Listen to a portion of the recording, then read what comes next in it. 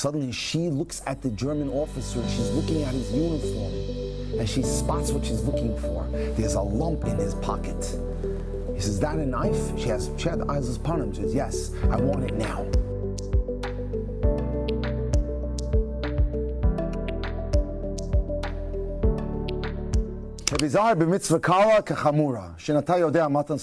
Be as careful with the simple mitzvah as a hard one, because you'll never know the value of a mitzvah. The famous story, the Bluja Rabbi, when he was in concentration camp, and it was in Janowska, and he was a tall man, and they purposely made him saw wood with a very short man.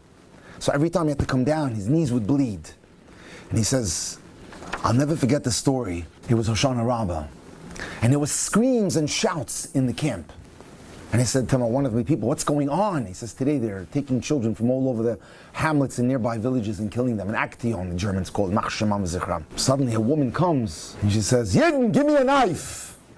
Yidden, give me a knife!" So he walks up to her and he thinks she wants to commit suicide and take her life. And she says, "My dear lady, don't do it. Don't take your life." She says, "No, that's not what it's about." Suddenly a German officer sees, he says, "What's it about? They're not allowed to talk." "Dog, what are you talking to her for?" He calls him a dog.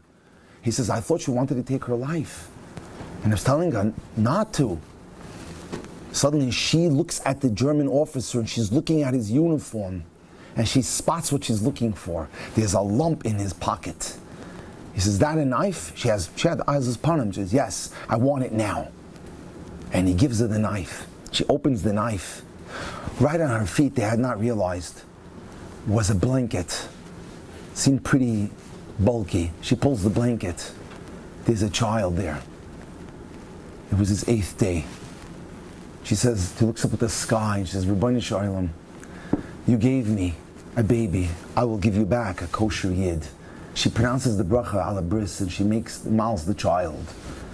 And the Bluja Rebbe at that point says, the sky opened, Shamayim saw what an incredible Mesiras Nefesh this woman had to take care and do that mitzvah no matter what. And then she took the baby and handed him back to the German officer.